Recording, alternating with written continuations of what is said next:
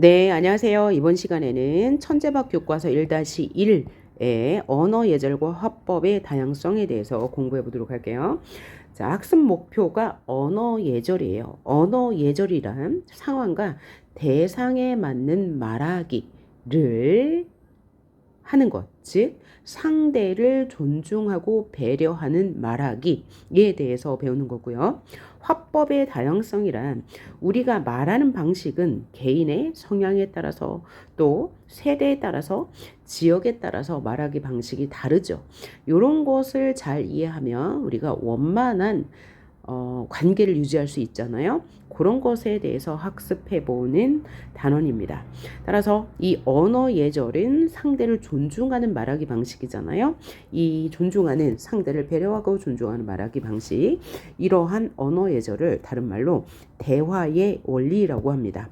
이 대화의 원리는 크게 보면 세 가지로 나눌 수 있어요.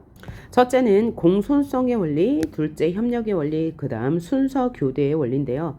자, 우리 교과서에는 순서 교대의 원리는 설명이 되어 있지만 협력의 원리와 공손성의 원리에 대해서는 자세한 설명이 없습니다. 협력의 원리 같은 경우에는 아예 언급을 안 했어요. 그래서 만약에 문제로 나온다면 보기로 협력의 원리란 이런 것들이 있다라고 제시를 해줄 거고요.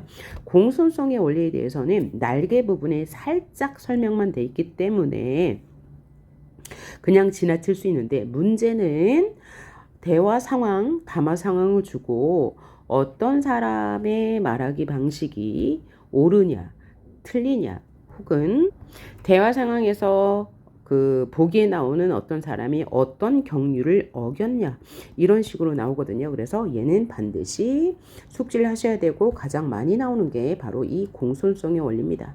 공손성의 원리란 공손하고 예의 바르게 상대를 배려하는 말하기 방식입니다. 그래서 얘를 정중어법이라고도 합니다. 이러한 정중어법에는 5가지의 경륜이 있습니다. 첫째는 요령의 경륜인데, 상대방의 부담은 줄이고 이익을 최대화하는 말하기 방식이에요. 상대를 기준으로 한 거예요. 그래서 책 좀 잠깐 빌려줄 수 있을까라고 하면 상대방의 부담을 줄여주는 말하기 방식이죠. 뭐에 비해서? 책 좀 빌려줘. 이것 좀 갖다 쓸게. 라는 것보다는요, 이런 것을 요령의 경륜이라고 하고요. 관용의 경륜은 화자, 말하는 사람의 입장에서 말하는 사람의 부담을 최대화하고 혜택을 최소화하는 거예요. 한마디로 말하면 어떤 상황을 자신의 탓으로 돌려 말하기 방식입니다. 예를 들면 제가 부족해서 거기까지 생각을 못했습니다 라고 하는 것은 관용의 경륜을 지킨 거고요. 그럼 관용의 경륜을 어긴 것은, 아니 당신께서 혹은 선생님께서 그에 대한 말씀을 하지 않으셨잖아요 라고 말하는 거죠. 이것은 관용의 경륜을 어긴 사례에 해당하는 거예요. 세 번째로 보여야 할 것은 겸양의 경륜인데요. 겸양이라는 것은 자신을 겸손하게 표현하는 방식이에요. 자신의 칭찬은 줄이고 비난을 최대화하는 방식인데요. 타인이 자신을 칭찬하는 상황에서 그래요, 저 잘났어요, 제가 잘했죠 라고 말하기보다는, 아니에요, 선생님께서 도와주신 덕분이에요, 제 능력으로는 할 수 없었는데요, 주변에 친구들이 많이 도와줬어요 라고 겸손하게 표현하는 것을 겸양의 경륜을 지켜서 말했다라고 하는 거고요. 찬동의 경륜은 상대의 칭찬을 최소화하고 비난을 줄이는 거예요. 그러니까 칭찬을 많이 해주는 거죠. 우와, 너 성적 이렇게 잘 나왔어. 너 그동안 얼마나 많은 노력을 했니? 그 노력이 지금 결실을 거두었구나 라고 마구 칭찬해 주는 거, 이것을 찬동의 경륜이라고 하고요. 동의의 경륜은 뭐냐면 상대와 어떤 어떤 일을 결정함에 있어서 불일치하는 내용을 최소화하고 일치하는 표현을 최대화해요. 그래서 야, 우리 지금 시험도 끝났는데 롯데월드 갈까? 라고 누가 말했어요. 그러면 나는 사실 가고 싶지 않아요. 이럴 때 이렇게 말하는 거죠. 롯데월드 가는 거 너무 좋지. 그런데 오늘은 내가 너무 피곤한데 내일 가는 건 어때? 라고 말하는 게 동의의 경륜을 지키는 말하기입니다. 이게 바로 공손성의 원리예요. 공손성의 원리가 가장 많이 나오고요. 두 번째로 봐야 할 것이 협력의 원리인데, 협력의 원리란 대화의 목적과 요구에 합치하는 내용을 말하는 거예요. 자, 공손성의 원리는 태도를 말하는 거고요. 협력의 원리는 대화 상황의 내용을 보는 것입니다. 그래서 이 협력의 원리도 하나, 둘, 셋, 넷, 네 가지의 경률이 있는데요. 첫째는 지레 경률이에요. 지레 경률이라는 것은 진실한 정보, 사실과 합치하는 내용만 제공하는 것을 지레 경률이라고 하고요.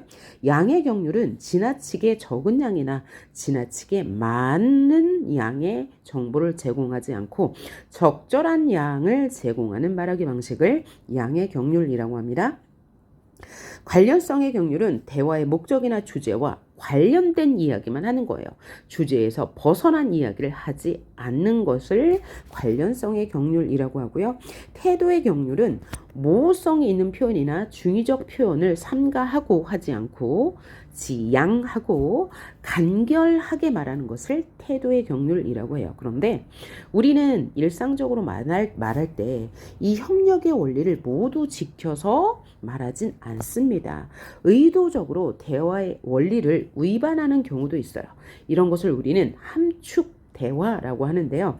함축적 의미를 추론하는 적극적 자세가 필요합니다.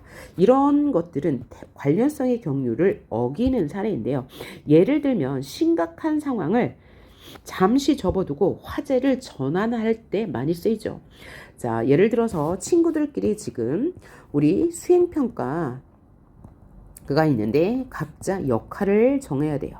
역할을 정하는 상황에서 의견이 합치되고 있지 않아요. 그럴 때 의견이 서로 팽배하게 맞설 때 잠깐 화제를 돌리는 거죠. 아, 우리 지금 머리도 복잡한데 떡볶이나 먹으러 갈까? 이런 것이 바로 의도적으로 대화의 원리를 위반해서 분위기를 바꾸는 화법이라고 할 수 있습니다. 자, 지금까지 한 요 대화의 원리만 잘 숙지하시면 문제 쉽게 풀 수 있을 것 같고요. 그 다음에 여기서는 서술형이 반드시 한 문제 나오는데 어떤 대화 상황을 주고 그 상황에서 대화가 원활하게 이루어지지 않은 까닭을 묻는 문제가 나와요. 그래서 누가 어떤 경륜을 어겨서 의사소통이 제대로 이루어지지 않는다라는 식으로 서술하는 문제가 나옵니다. 그거 유념하시면 되고요. 지금부터 이제 본문을 볼 건데 본문의 내용은 다 보면 이제 이해할 수 있는 내용입니다. 빠르게 한번 본문을 보도록 합시다. 이 본문을 보면서 어떤 대화의 원리를 지키지 않았고 어떻게 대화해야 원활한 대화가 될 것인지를 중심으로 보겠습니다. 지금 이 본문은 대화를 잘하려면 어떻게 해야 할까? 즉 대화의 원리에 대해서 설명하겠다는 얘기죠. 이 제재는 라디오 방송 담화입니다. 그래서 라디오 방송에서 진행자가 청취자의 사연을 듣고 그 사연이 이제 의사소통이 잘 이루어지지 않아서 고민을 이제 청취자가 사연으로 제시하면 그에 대한 해결책을 진행자가 제시하는 방법으로 이야기가 진행이 됩니다. 그래서 실용적이고 예시적이고 설명적인 성격을 띨 수밖에 없을 거예요. 그래서 라디오 방송 형식이니까요. 구어체로 친근하게 이야기하듯 내용을 전달하고 있죠. 그리고 학생들이 일상생활에서 접할 수 있는 구체적인 대화 사례와 다양한 고민들을 제시하고 있고요. 질문을 통해서 청취자가 적극적인 생각을 할 수 있도록 유도하고 있습니다. 그 내용은 사과하는 상황, 부탁하는 상황, 건의하는 상황에서 갖춰야 할 언어 예절을 제시하고 있고요. 듣기, 말하기 방법의 다양성에 관련해서 개인의 성향 혹은 세대에 따라서 지역에 따라서 달라지는 즉 사회문화적 특성에 따라 차이가 있다는 면을 제시하고 있는데 개인의 성향이나 사회문화적 차이나 세대적 차이는 당연히 날 수밖에 없죠. 이런 상황에서 듣는 이를 배려하고 존중하는 태도를 지녀야 한다. 그런 화법을 사용해야 한다라고 말하고 있습니다. 그럼 본문 들어가 볼게요. 안녕하세요, 청취자 여러분. 오늘 주제는 대화를 잘하려면 어떻게 해야 할까입니다. 이 주제와 관련하여 여러분이 보낸 사연을 살펴보고 이야기를 해보려 합니다. 대화를 잘하려면 어떻게 해야 할까가 앞으로 전개될 화제죠. 화제를 제시했습니다. 대화는 정의의 방식으로 대화가 무엇인지 설명하고 있습니다. 두 사람 이상이 모여 하는 말로써 서로의 생각과 느낌을 주고받는 의사소통입니다. 두 사람 이상이 있어야지 화자, 청자가 있어야지 대화가 성립하겠죠. 대화의 정의입니다. 하지만 모든 대화가 생각대로 잘 이루어지지 않죠. 대화의 어려움에 대해서 이야기했고요. 자, 여러분은 대화하면서 어려움을 느낀 경험이 있나요? 질문을 통해서 청취자의 주의를 환기하고 있네요. 대화하다가 마음의 상처를 받거나 반대로 상대방의 상처를 준 적은 없나요? 다음은 대화를 어떻게 해야 할지 고민하는 학생들이 보내온 사연입니다. 함께 살펴보면서 대화를 잘하는 방법을 알아볼까요? 그러니까 대화를 할 때 어떻게 해야 할지에 대해 사연을 통해 제시하고 그에 대한 솔루션, 어떻게 하면 대화를 잘할 수 있는지를 제시한다는 내용이겠네요. 그래서 이 대화 청취자의 사연은 5개가 있습니다. 그래서 이 사연을 듣고 올바른 대화법에 대해서 제시하는 내용으로 이어지겠네요. 대화할 때는 서로 적절하게 순서를 지키며 말을 주고받아야 합니다. 이게 대화의 원리 중 하나인 순서 교대의 원리죠. 아까 대화의 원리는 3가지가 있다고 그랬어요. 순서 교대의 원리, 공손성의 원리, 협력의 원리인데 이 단락에서는 순서 교대의 원리 먼저 이야기했어요. 혼자 계속해서 말하거나 상대방의 말을 가로채면 대화가 원활하게 이루어지지 않습니다. 그런데 또 상대방을 존중하면서 공손하게 말해야 하는 게 순서 교대의 원리인데요. 혼자 계속해서 말하는 것도 순서 교대의 원리에 어긋나고요. 가로채는 것도 어긋나고 혼자만 말을 하지 않는 것도 순서 교대의 원리를 지키지 않는 거죠. 그래서 상대방을 존중하기 위해서는 순서 교대의 원리를 지켜야 한다라고 말하고 있죠. 자, 이러한 것들이 대화의 원리죠. 그리고 그럼 대화의 원리는 뭐라고요? 상대방을 존중하면서 공손하게 말하는 것, 대화의 원리의 개념에 대해서 말했네요. 이러한 것들이 대화의 원리죠. 그리고 대화할 때는 무엇보다 상황과 대상에 맞게 언어 예절을 갖추어 말하는 것이 중요하죠. 자, 그렇다면 언어 예절이란 무엇일까요? 이는 상대방을 존중하고 배려하는 마음을 언어로 표현하는 방식이 사회적으로 관습화된 것을 말합니다. 이것이 바로 언어 예절의 개념. 정의의 방식으로 언어 예절이 무엇인지 설명하고 있어요. 그래서 설명적이죠. 언어 예절을 갖추어 대화하려면 말하는 이와 듣는 이 사이의 관계, 대화 상황을 고려해야 합니다. 서로의 관계와 대화 상황 등을 고려하지 않으면 말하는 내용이 올바르더라도 오해가 생기거나 감정이 상하는 이런저런 문제가 있어요. 예를 들면 딸이 속상해서 집에 돌아와서 엄마에게 나 오늘 이런 일이 있었는데 어쩌고저쩌고 얘기해요. 그러면 엄마는 어떻게 돼요? 딸의 그 말에 먼저 공감해 줘야 해요. 솔루션을 제공해 주는 게 아니야. 그럴 때는 말이야, 이렇게 했어야지 라고 말하면 대화가 원활하게 이루어지지 않는, 즉 상대방을 배려하는 말하기가 아니라는 거예요. 그러니까 말하는 내용이 옳더라도 오해가 생기는 이유는 서로를 배려하지 않았기 때문입니다. 라고 말하고 있는 거예요. 그럼 학생들이 보내온 사연을 함께 듣고 궁금증을 해결해 볼까요? 첫 번째 사연, 사과와 관련된 사연인가 봐요. 제가 친구에게 잘못한 일이 있어서 사과했는데 친구는 오히려 화를 내더라고요. 사과의 말을 잘하는 방법이 있는 건가요? 저는 이렇게 했어요. 재영아, 어제 조별 모임이 있었는데 왜 안 왔어? 소희가 말해서 재영, 사연을 신청한 사람이죠. 아, 맞다. 깜빡했다. 그랬더니 소희가 너 기다리느라 한참 동안 다들 아무것도 못했어? 라고 하니까 재영이가 그래? 미안하다. 근데 나도 사정이 있었어. 갑자기 중요한 약속이 생겼거든? 그러면서 뾰루퉁한 표정을 지으며 조장인 네가 모임 전에 한 번 더 연락해줬으면 좋았을 텐데 어쨌든 미안.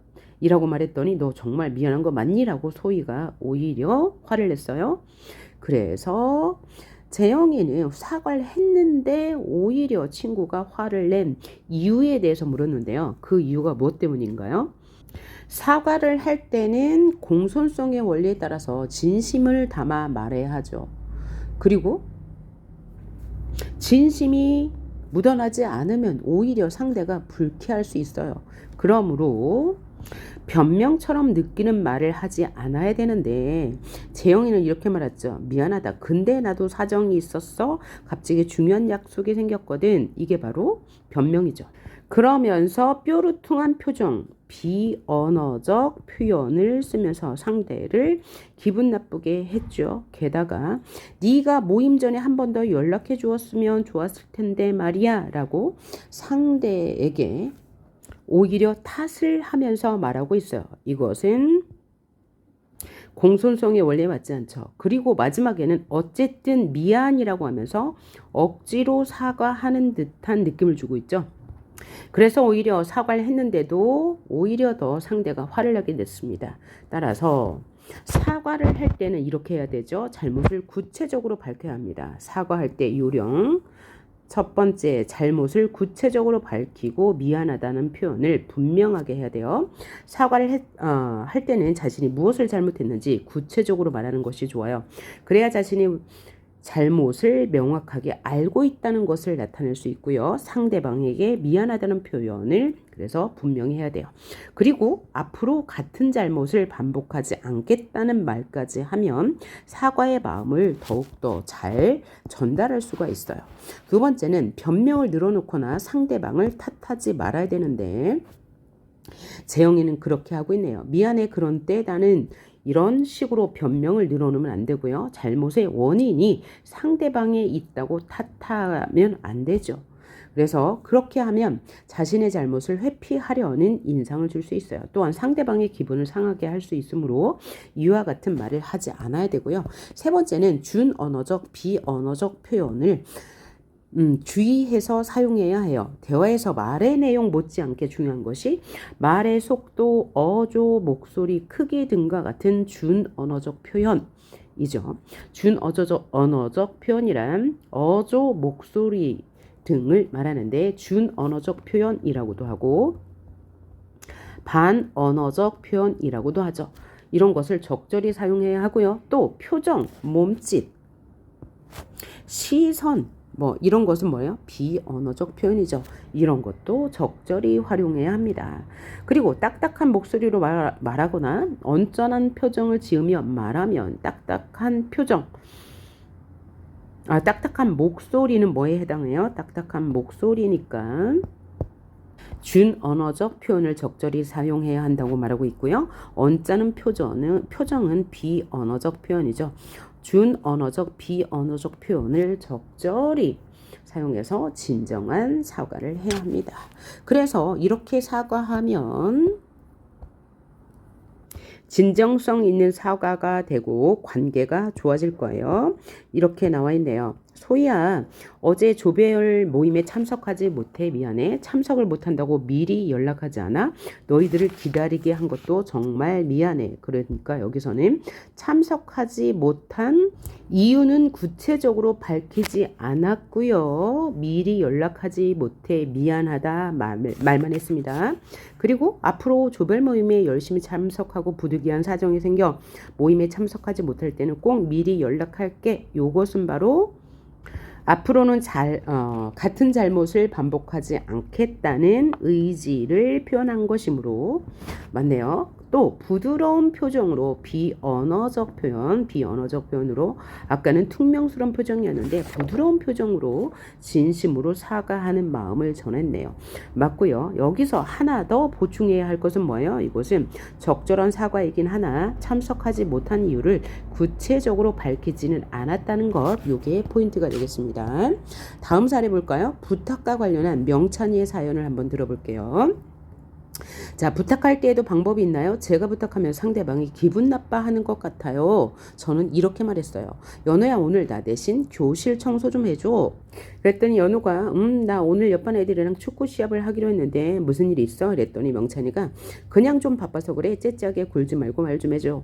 얘 너는 부탁하는 태도가 뭐 그러니? 그러니까 이 명찬이의 말하기 방식이 공손성의 원리에 어긋났다는 건데 부탁을 하면서 오늘 나 대신 교실 청소 좀 해줘라고 상대의 부담을 최대화하고 있어요. 원래 공손성의 원리 중에 요령의 경률에 따르면 상대의 부담을 최소화하고 이익을 최대화해야 하는데 요령의 경률을 어긴 사례가 되겠네요.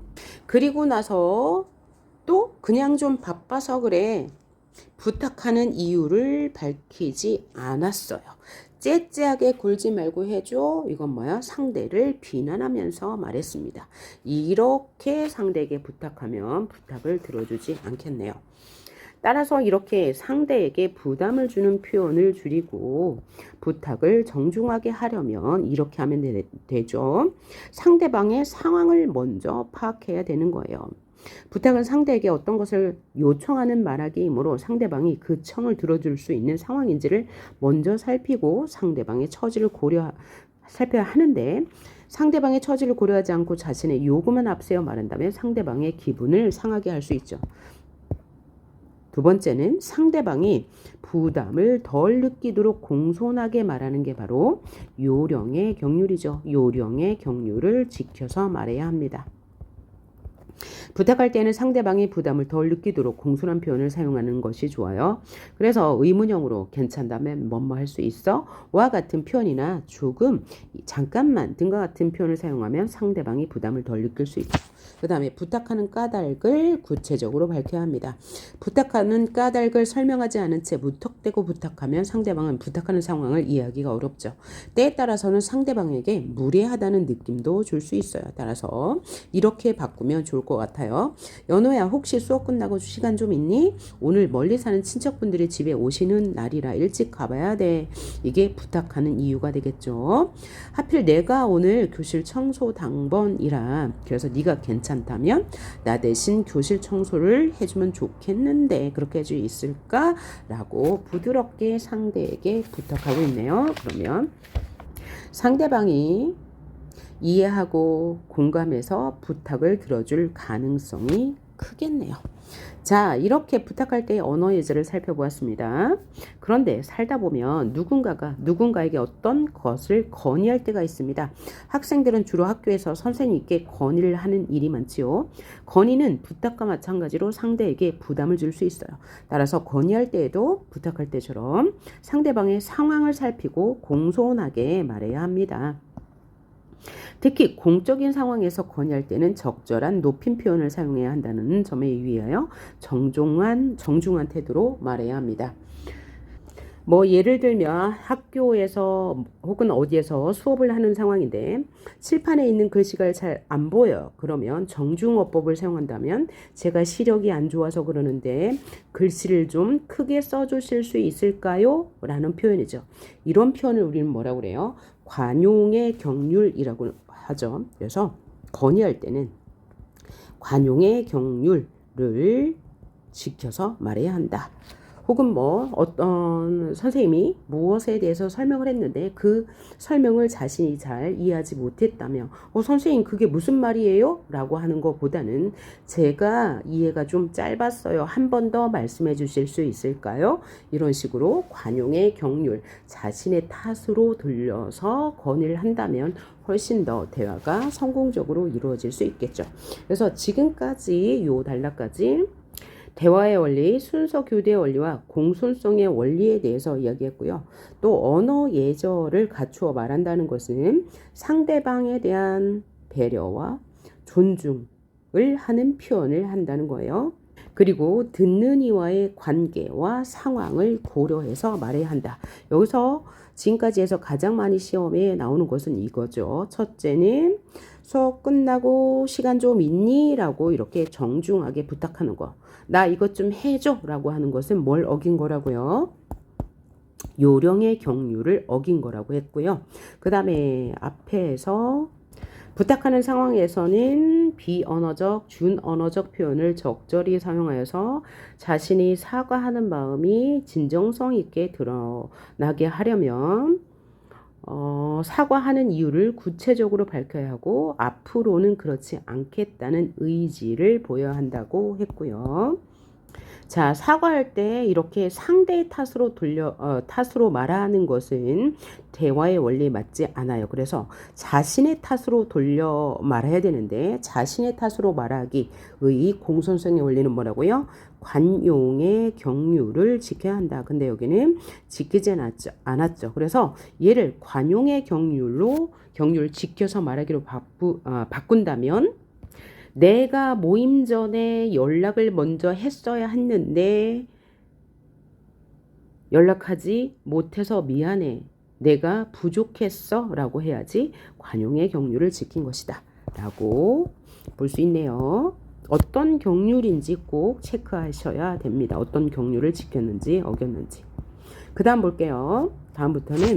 여기부터는 듣기 말하기 방법의 다양성과 관련한 이야기예요. 자, 듣기 말하기 방법은 개인의 성향에 따라 또 지역 간의 언어 차이에 따라 세대 간의 언어 차이에 따라 달라질 수 있습니다. 그 사례를 하나씩 보도록 하죠. 첫 번째 사례. 강원도 사람과 제주도 사람의 말은 어휘나 억양에서 차이가 나며 노년 세대와 청소년 세대의 말은 어휘나 말투 등에서 차이가 납니다. 지역에 따라 세대에 따라 어휘나 말투가 달라져요. 이것을 합쳐서 사회 문화적 차이라고 얘기할 수 있고요. 또한 사람들은 저마다 자기만의 독특한 말하기 습관을 지니고 있어요. 이것은 개인의 성향의 차이죠. 에 따라 말하기 방식 다양하죠. 이처럼 듣기 말하기 방법에 차이가 나는 까닭은 개인이나 집단이 살아온 사회 문화적 환경과 삶의 방식이 다르기 때문이죠. 듣기 말하기 방법은 어떤 것이 맞고 틀리다고 할 수가 없어요. 그리고 어떤 것이 좋다 나쁘다 우열을 가릴 수도 없습니다. 따라서 서로의 듣기 말하기 방법이 다를 뿐이니까 이런 차이를 이해하지 못하면 의사소통에 문제가 생길 수 있으므로 평소에 다른 사람의 듣기 말하기 방법에 관심을 기울이고 상대의 말하기 방식을 존중하는 태도가 필요하죠. 자, 그럼 학생이 보내온 사연을 함께 듣고 궁금증을 해결해 봅시다. 첫 번째 사연 한번 볼게요. 저는 할머니와 할아버지와 같이 연세가 많으신 분과 대화할 때 소통이 잘 안 됩니다. 어제도 급히 집을 나가는 길에 옆집 할아버지와 마주쳤는데요. 어디 가느냐고 물으셔서 친구 생파에 간다고 했더니 친구가 생파를 가져다 달래? 라고 하셔서 어리둥절했어요. 어떻게 해야 대화가 잘 이루어질까요? 지금 이 학생은 세대 간의 언어 차이 때문에 의사소통이 되지 않았죠. 학생은 생일 파티의 줄임말로 생파를 이야기했는데 할아버지는 익히지 않은 파라고 생각했기 때문이죠. 그래서 이럴 때는 뭐예요? 따라서 이런 경우에는 어떻게 조언을 해줄 수 있어요? 세대 간의 언어 차이 때문에 생기는 거니까 상대의 연령을 고려하여 상대 수준에 맞게 생일 파티에 가요 라고 말한다면 원활한 의사소통이 되겠네요. 그 다음 나의 사례를 봅시다. 다음 달에 아버지께서 서울로 정근을 가시는 바람에 저도 서울로 전학을 가게 되었어요. 그래서 고민이 생겼어요. 저는 고향 사투리가 편한데 전학을 가면 서울말만 써야 하는 것은 아닌지 걱정이 돼요. 지금까지 쓰던 사투리를 그대로 쓰면 안 되나요? 답은 뭐예요? 사투리, 즉 방언은 방언으로서의 가치가 있죠. 방언은 사라진 말을 보존하고 표준어를 보완해주는 가치가 있습니다. 그리고 방언을 사용하는 사람들끼리 친근감과 유대감을 유지할 수 있어요. 따라서 공적인 자리에서는 표준어를 쓰고 사적인 자리에서는 방언을 쓰면 좋겠네요. 그래서 방언도 존중해야 할 가치가 있다라고 말할 수 있는 거고요. 세 번째 사례 볼까요? 최근에 친구에게 서운한 일이 있었습니다. 얼마 전 새로 생긴 떡볶이 가게를 지나가면서 친구에게 배고프지 않아? 여기 떡볶이 엄청 맛있대. 라고 했어요. 친구는 그렇구나 하고 말더군요. 저는 같이 떡볶이를 먹자는 뜻으로 말한 건데 그렇게 반응하니까 서운했어요. 이런 일이 전에도 몇 번 있었습니다. 제가 서운해하는 게 이상한가요? 라고 했는데 이상하지 않죠. 왜? 이것은 개인의 성향에 따른 말하기 방식의 차이이기 때문이에요. 그래서 상대에 맞는 말하기 방식을 취하면 되죠. 나는 우회적으로 떡볶이 먹자라고 말한 건데 친구는 이런 말하기 방식이 익숙하지 않아서 반응을 못한 거예요. 그러니까 우리 떡볶이 먹자라고 직접적으로 말한다면 문제가 해결될 거예요. 그래서 정중어법, 말하기 방식 이런 것은 다 뭐라고요? 상대를 먼저 배려하는 말하기, 듣기를 하면 된다는 거예요.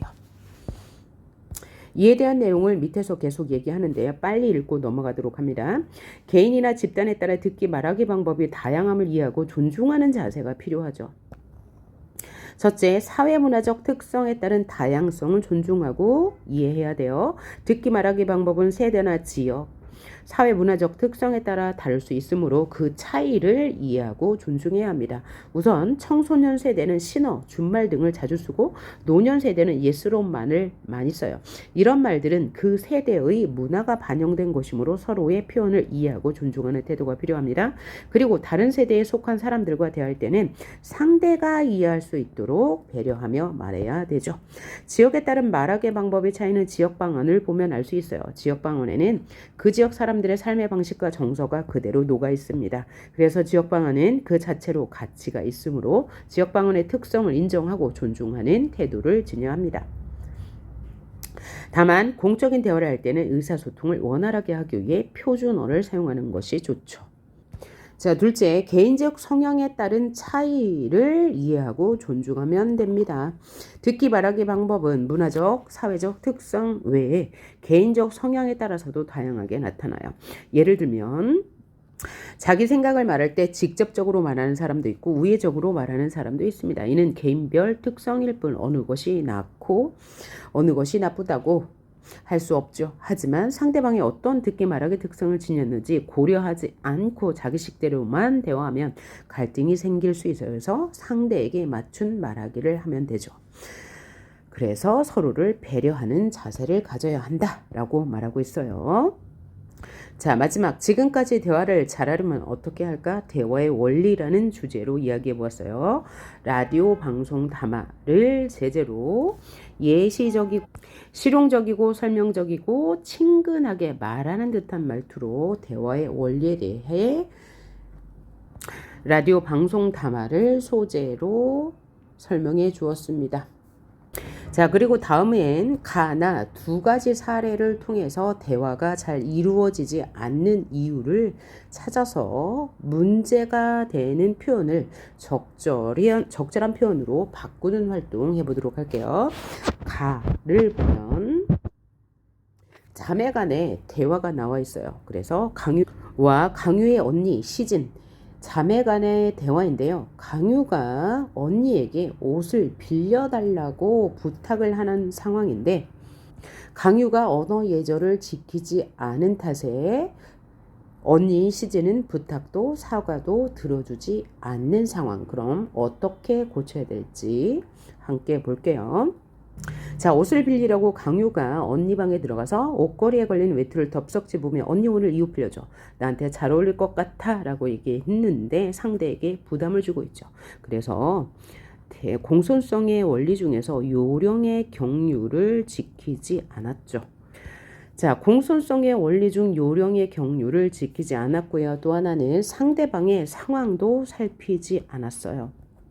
또 부탁하는 까닭도 구체적으로 밝히지 않은 채 요구사항만 말하고 있죠. 그래서 상대방에게 부담을 주고 있으므로 요령의 경륜을 어긴 거죠. 그래서 언니가 좀 그런데 라고 하니까 강유가 실망하며 그렇구나 오늘 내가 입고 나가면 좋을 텐데 얼마 전에 산 내 바지하고도 잘 어울리는데 라고 말하고 있어요. 그래서 언니가 넌 왜 항상 빌려달라는 사람이 이런 식이야? 참 그러고 보니 저번에 옷 빌려가서 엉망으로 해놓고 사과도 안 했잖아. 그랬더니 강유가 아 그랬었나? 억지로 웃음을 지으며 그건 미안 이제 됐지? 그럼 이 옷 빌려줄 거지?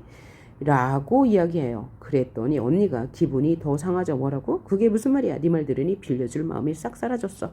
그래서 부탁도 사과도 받아들여지지 않은 상황이죠. 자, 억지로 웃음을 지으며 비언어적 표현이 적절하지 않죠. 따라서 부드러운 미소로 바꿔야 되고 그건 미안이라고 얘기했는데 이것은 뭐예요? 자기 잘못을 충분히 인지하고 있다는 정과 그리고 진심으로 미안해하고 있다는 마음을 잘 전달하지 못하고 있어요. 게다가 억지 웃음을 지었다는 이야기는 억지로 강요에 의해 사과하고 있다는 느낌을 줄 수 있죠. 게다가 그럼 이 옷 빌려줄 거지 라고 말하는 것은 자신의 목적을 위해서 억지로 사과했다는 인상을 주어서 사과가 받아들여지지 않을 거예요. 따라서 이렇게 고쳐 말하면 될 것 같죠. 옷걸이에 걸린 외투를 덥석 집으면서 가 아니고 옷걸이에 걸린 외투를 가리키며 언니 나 오늘 동아리 모임에 가야 하는데 입을 옷이 마땅치 않네. 혹시 이 옷 좀 빌려줄 수 있어? 라고 이유를 밝히고 상대의 부담을 줄여주는 표현으로 바꾸고요. 그 다음에 억지로 웃음 짓는 이 비언어적 표현을 미안한 표정 부드러운 미소와 함께 미안한 표정을 지으면서 저번에 빌려간 옷 엉망으로 해놔서 언니 기분 많이 상했지. 그 일은 내가 정말 잘못했어 라고 진심 어린 사과를 하고 앞으로는 그렇지 않을게 라고 개선 의지를 뚜렷이 밝혀주면 될 것 같습니다. 자, 두 번째 사례는 뭐냐면요. 학생과 선생님의 대화예요. 동아리 대표인 주원이가 선생님께 건의하는 상황이 나타났어요. 주원은 매달 연극 동아리에서 관람할 연극을 선생님이 잘 정해 줄 것을 제안하고 있는데요. 상대방을 배려하며 공손하게 말하지 않아서 대화가 잘 이루어지지 않았습니다. 자, 주원이가 선생님한테 이렇게 말했어요. 선생님, 이제부터는 관람한 연극을 선생님께서 알아서 챙겨주세요. 저희 너무 힘들어요. 라고 말했는데 선생님에게 부담을 주는 표현을 했죠. 그래서 요령의 경륜에 어긋났어요. 그러니까 건의할 때는요. 건의하는 이유 를 밝히고 상대방을 존중하는 말하기를 써야 되는데 그렇지 않았습니다. 그리고 나서 또 한 번 말해요. 서로 치존이 잘 안 되거든요. 내가 고른 거 노잼일 것 같다느니 취향이 안습이라느니 그런 말이 오고서 기분도 안 좋아요. 그랬던 선생님이 어리둥절해서 무슨 말이니? 라고 했어요. 취존, 노잼, 안습 이런 것은 학생들 사이에서 쓰는 줄임말이잖아요. 그래서 선생님 세대에서는 못 알아들을 수 있죠. 그래서 원활한 의사소통이 되지 않았어요. 그래서 주원이는요. 선생님께 건의할 때는 선생님이 들어줄 수 있는 상황인지 먼저 고려해야 되는데 그걸 고려하지 않았으므로 요령의 경륜을 어긴 거고요. 건의하는 까닭도 밝히지 않았고요. 그 다음에 특정 세대, 학생들 세대에서 쓰는 줄임말을 주로 썼습니다. 그래서 의사소통이 이루어지지 않았으므로 어떻게 고쳐야 돼요? 선생님 바쁘시겠지만 앞으로 관람할 연극을 선생님께서 정해주시는 건 어떨까요? 라고 하면서 공손하게 건의해야 되겠고요. 저희끼리 의견을 조정하는 게 힘들기 때문이에요. 라고 하면서 이유도 밝히고요. 친구들끼리 서로 취향 존중해 주지 않는 경우가 많습니다. 네가 고른 건 재미가 없을 것 같다느니 너는 취향이 형편없다느니 그런 말들이 오가서 기분이 상하게 돼요 라고 고치면 되겠죠. 자, 이제 다음 사례인데요. 드라마 대본을 소재로 해서 듣기 말하기 방법의 다양성에 대해서 한 번 더 봅니다. 이 질문이 마지막 질문입니다. 조금만 힘을 내세요. 드라마 대본이에요. 경상도에 살던 나정의 가족은 서울로 와서 집을 운영하고 있다. 나정의 가족이요. 나정의 집에는 나정과 남매처럼 지내는 재준이 함께 살고 있고 전라도에서 온 호준과 윤진, 경상도에서 온 성균, 충청도에서 온 동준이 함께 하숙하고 있다. 고향이 서울인 선주는 나정인의 하숙집에 가족 같은 분위기가 좋아서 함께 어울리고 있다. 이런 상황입니다.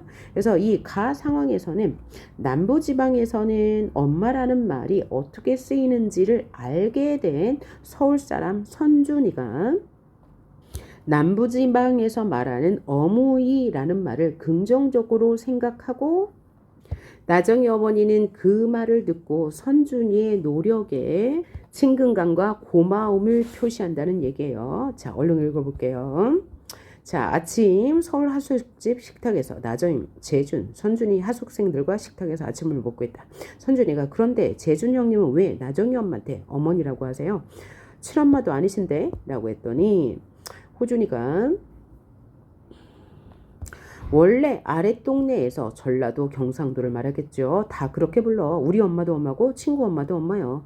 밑에선 다 그렇게 불러야 전라도 사투리네요. 선준이가 그랬더니 친구 엄마한테도 엄마라고 부르고 그거 진짜 좋다라는 긍정적 인식을 하고 있네요. 자, 그래서 호주는 남부지방의 화법에 대해서 나의 엄마든 남의 친구의 엄마든 다 엄마라고 불러라고 했더니 선준이가 그런 남부지방의 화법에 대해서 호감을 보이고 있네요. 자, 그리고 나서 장면이 바뀌어서 서울 하숙집 방안이 되었습니다. 나정의 부모님이 외출했다가 돌아왔어요. 그랬더니 선준이가 외출했다 돌아오면서 돌아왔는데 선준이가 나정이 부모님 즉 하숙집 어른들께 통닭같이 먹자고 전했는데 많이 먹었다라고 거절했죠. 그러고 나서 선준이가 나정이가 잘 챙겨줘서 저희 잘 먹었어요 라고 말하고 문을 닫으려다가 다시 열면서 그럼 안녕히 주무세요 라고 하고 머뭇거리다가 어색한 억양으로 어머니 라고 억양에 신경 쓰면서 말했어요. 자, 선준이가 나정이 어머니한테 어머니라고 말한 것은 친근감을 전달하기 위한 표현이죠. 그랬더니 선준의 말을 든 나정 어머니가 흐뭇한 표정만 지었어요. 표정만 지었으니까 비언어적 표현만 한 거죠. 흐뭇한 표정을 지었다고 한 것은 선준의 어머니라는 이 사투리 방언이 나정이 어머님에게 친근감이 잘 전달된 것이죠. 그래서 서울 사람인 선준이가 일부러 억양까지 바꿔가면서 어머니라고 표현한 것에 대해서 친근감도 느끼고 흐뭇함도 느꼈다라고 볼 수 있겠네요. 그래서 이 가에 사라는 지역에 따라 말하기 방식이 다른데 각 지역의 문화 혹은 언어는 친근감을 전달하는 요소가 있다라고 말하는 거죠. 자, 그럼 다음 사례 볼까요? 오후 학교 교정 장면이 바뀌었네요. 호준은 여자친구의 말과 행동에 담긴 속뜻을 잘 이해하지 못해 고민하고 있다. 호준이 처한 상황을 들은 나정은 그럴 때 어떤 말을 해야 하는지 조언한다. 자, 두 번째 상황 봅시다. 호준은 여자친구의 말과 행동에 담긴 속뜻을 이해하지 못해 고민하고 있다가 호준이의 상황을 들은 나정이가 다음과 같은 상황에서 어떤 대답을 하는 게 좋은지 조언해요. 어떤 상황이 있냐면 이사를 갔는데 문을 닫으면 페인트 냄새가 너무 심하고 문을 열면 매연이 들어와 기침한대요. 이때 남자친구가 들어왔을 때 어떻게 대처하는 것이 좋으냐라고 물었더니 성균이는 이렇게 대답합니다. 그래도 차라리 매연이 낫지. 문을 열란 얘기죠. 호준이는 아니지. 문 닫고 페인트가 낫지. 매연이 더 나쁘다는 얘기예요. 나정과 윤진 암울한 표정으로 성균과 호준을 쳐다보는데 성균과 호준은 어떤 식의 말하기 방식을 취하고 있는 거예요?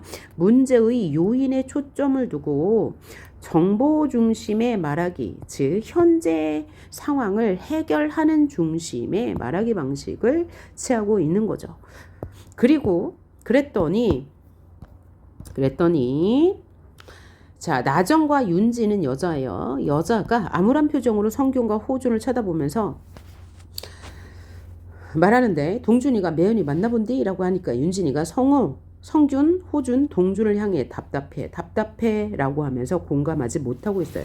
왜냐하면 개인마다 듣기 말하기 방식이 차이가 있기 때문에 지금 이들은 대화가 원활하게 이루어지지 않고 있는 거죠. 이것은 뭐 때문에요? 개인적 성향의 차이 때문이죠. 그래요. 그리고 나서 나정이가 이렇게 말해요. 둘 다 아니다. 적절한 답은 괜찮니? 병원에 가야 되는 거 아이가? 라는 것이에요. 그럼 나정의 말하기 방식은 뭐예요? 여자친구가 겪을 고통, 괴로움을 먼저 헤아리고 걱정과 위로의 말을 전하는 관계지향적 말하기, 공감적 말하기를 해야 한다는 게 나정의 생각이에요. 그러면 나정의 생각과 성균, 호준의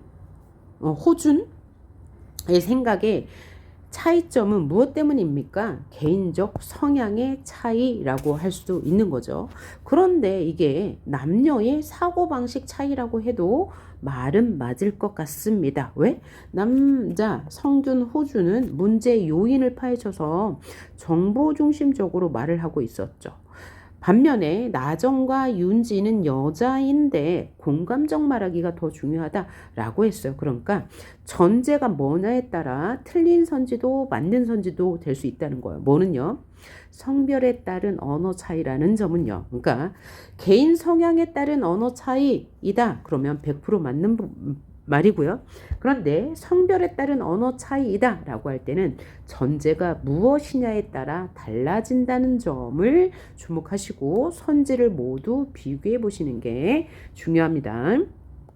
자, 그래서 본문 학습 모두 했는데요. 이 지문은 자, 다양한 화법과 대화의 원리예요. 그래서 개인마다 혹은 사회 문화 집단마다 말하기 방식이 다르고 올바른 언어 예절, 즉 대화의 원리는 세 가지가 있는데 이런 대화의 원리, 그 다음에 집단마다 언어 차이가 있지만 모든 것은 어떻게 해야 원활한 의사소통이 된다고요? 상대를 먼저 고려하고 배려하는 말하기 방식을 사용했을 때 원활한 의사소통과 관계 유지가 될 수 있다라는 수업이었습니다. 그래서 대화의 원리 세 가지, 공손성의 원리, 협력의 원리, 순서 교대의 원리 가장 중요했죠. 각 사례들에서 어떻게 나타나는지가 중요합니다. 이것이 서술형 문제로 나옵니다.